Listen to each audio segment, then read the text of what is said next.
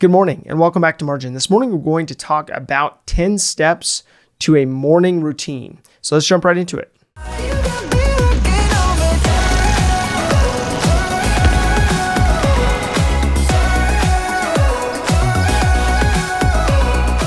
So I generally go by the methodology that if you win the morning, you win the day. And so that doesn't mean that you don't have challenges that come throughout that day, but that means that you are getting yourself in the right mindset from the get-go so that you're setting yourself up for success starting first thing in the morning. So looking at your general environment of your workplace or your home, more specifically, I wanted to look at your routines within those environments. And the routines actually build out what your habits will be, and therefore those habits shape your new reality.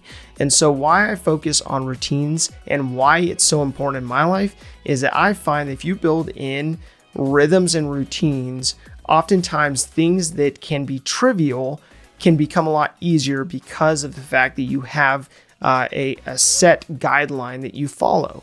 And so I follow the guideline of the fact that if you win the morning, you win the day. If you start the morning off right, you build in those routines, you build in those rhythms that work best for you, it actually sets you up to accomplish things first thing in the day, so that it sets up the mode that you will operate in for the rest of the day. No matter whether it's an easy day or a challenging day, it allows for you to operate off of a different mindset than just jumping out of bed and jetting off to work. So having routines in life and having a morning routine is especially important so that you start the day with accomplishing certain tasks, certain things that matter to you, so that going into the rest of your day, you've already begun that process. So for example, when I wake up each day, I focus in the first 3 to 4 hours of my day. Yes, 3 to 4 hours of my day right in the morning, which sounds like a lot, but it's actually usually not enough in order to get the things that I want to make sure that I make time for done first thing in the day. And so I go through my own step process for that to basically get up before the sun rises and to begin the process of going through my morning routine. And so I'm going to share today what that morning routine is. And that doesn't mean you need to adopt that, nor does it mean that you need to build in 3 to 4 hours of your schedule first thing in the morning before your family wakes up and before the sun rises. But it means that you may want to consider adding in a component that would be a part of your morning routine periodically or continuously, so that you over time are building in time for what matters to you to accomplish first thing in the day. So I structure my 10-step morning based on key components that matter to basically start the day off right, to center my mind and my focus on what I need to focus on for that day. And so first and foremost, I make my bed. So when I wake up at about 5 a.m. Each day, I make my bed. So immediately I'm checking off something that keeps a level of organization in my world, even if there's other aspects that are not as organized as I prefer them to be. So organizing that component first and foremost of making my bed enables me to check off something immediately. From that point, the second component comes down to actually getting fully ready for the day, not just stepping out of bed, going downstairs and making breakfast, but actually getting ready for the day, so that there's no temptation ever of laying back down or whatever the case may be. So the important part there is to make sure that you get fully ready for the day, so that that component is then behind you. You don't have to follow back up, and that is completed for the day. So the third component comes down to hydration. So typically every morning I'll wake up, drink about 32 ounces of filtered water. In that, of course, that hydrates you, but then I also put half a lemon, which is for the purpose of electrolytes. And then I also put sea salt, which balances out your pH levels. So I personally do that because that is something that is a routine for me, to make sure that I'm drinking enough water, to make sure that I'm hydrating myself, And then that also continues a routine through the day of making sure that I at least drink water. So the fourth step comes down to replenish. So replenish is really setting aside a little bit of time to make breakfast and to actually have breakfast in the morning. So typically what I do is something very simple, and it's rolled oats or it's oatmeal that then I add a superfruit to, like blueberries. And so it's very simple, simplistic, but it gives me something that then stays with me and gives me some nutrients to start the day off with. So the fifth component comes down to caffeine. So I used to drink a lot of coffee, and I had to exchange that habit with drinking tea. And so I have a tea maker that I queue up, and in that tea maker, I use loose leaf tea, and I make tea every single morning. And then I typically put oat milk in that tea. And so that fifth component is an opportunity to go ahead and queue up your coffee maker, your tea maker, in order to have something hot to enjoy. So the sixth component comes down to reading your goals, looking through your goals. Now, we went through the process of looking at what it would look like to build out a vision from a standpoint of the five senses. And what I would encourage you to do is, if you have that written down, you can then go through what the goals are based on the different components of life that you want to focus on. And so this component is important to look at on a daily basis, so that then it's queuing up your day, so that it's recalibrating your day, so you focus on the right things. So the seventh step comes down to faith. So for me, I typically get a period of time to then sit down and meditate, read, pray, and really get an opportunity to center myself for the day, to be able to refocus on what really matters to me. And so you may have a component of this that's important for you, and I would encourage you to add that into your morning routine, so that you have a way to center your life in the morning to start the day, so that as you go through your day, you are continuously reminded of that time. So the eighth step comes down to learn. So I typically every morning sit down and I read a nonfiction book for about 30 minutes. So that gives me an opportunity to not only read, but also to reflect and to journal. So I sit down and go through that process, so that I'm constantly learning whether I have time during the rest of the day to spend doing that or not.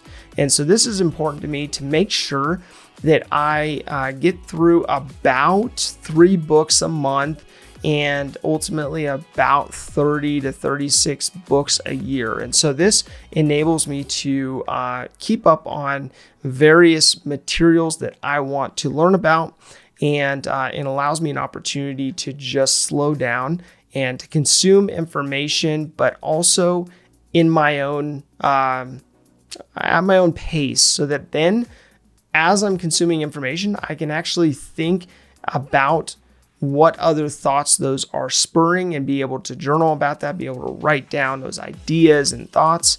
And it's really helpful for me. So ninth step comes down to creative. Now, I'm not a very creative person necessarily, but I build in time every day in order to work on margin first thing in the day. And so I work on building out and writing and reading and researching and being able to look at how I want margin structured.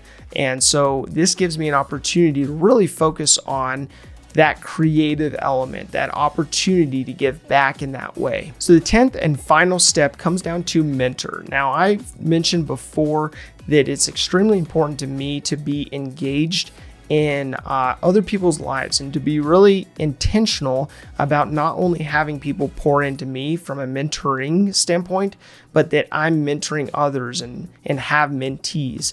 And also to have people that I'm walking shoulder to shoulder through life with, and my family, to be able to bounce ideas off of, to be able to encourage and challenge accordingly.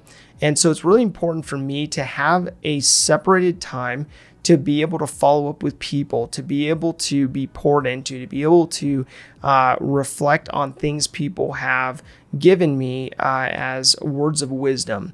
And so that time is specifically important as I start the day from a standpoint of perspective. And so these 10 steps have helped me significantly in making sure that I have a really good routine that is regular. Now, for you, it may be daunting to look at going through this many steps first thing in the day. So you may be looking at these 10 steps and it may be overwhelming for you, but I would just encourage you that these 10 steps didn't come overnight. They were added periodically, continuously over time. And there's certain steps that I haven't added in and I may not add in, like taking a cold shower first thing in the morning. Still haven't figured that one in, but other aspects like fitness I've figured in, but at a different time of the day. Whereas your morning routine may include getting out and going running or getting to the gym, whereas mine, that happens later in the day. And so you'll want to figure out the routine that works best for you, but adding in a component or choosing a component that you can start with and then adding to that as you see necessary. So something I take very seriously when it comes to following through on these 10 steps is I remove distractions. So I like it to be completely silent. Again, I get up before the sun rises, and so that's intentional so that I can either have it be completely silent or I can use something as white noise. But also I remove distractions. So I try not to have my phone near me or my computer or anything else that could be distracting me. And I do that intentionally so that I don't have, social media or the news or something else clouding my judgment at the beginning of the day. And so moving those distractions aside allows me to focus on these 10 steps and focus in on making sure that nothing else gets in the way of that before I start my day. Then once I start my day, I can look at the news. I can look at my missed texts or phone calls or whatever the case may be at that point. But building in that kind of sacred time, that important time for you, so that you can make sure that you make a priority of getting that time in that's completely unobstructed by all the things that could be pulling at your attention. Now, it's important to recognize the fact that there are many things that we don't enjoy doing. So for you, it may be that you don't like working out, and I'm right there with you, or that you don't like budgeting, you don't like spending, unnecessary amounts of time reading or something like that.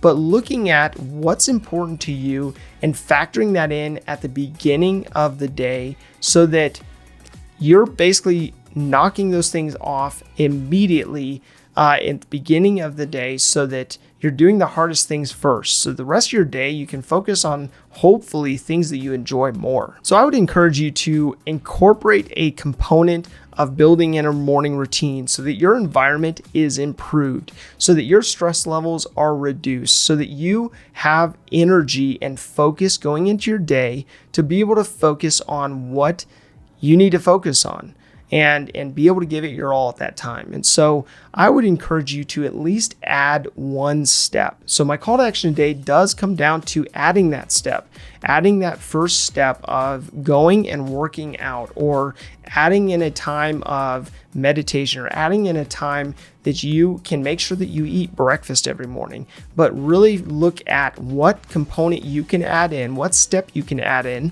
and then look at adding additional step every single month thereafter based on however many steps you want to add. So the first month you may add step 1, second month, step 2, third month, step 3.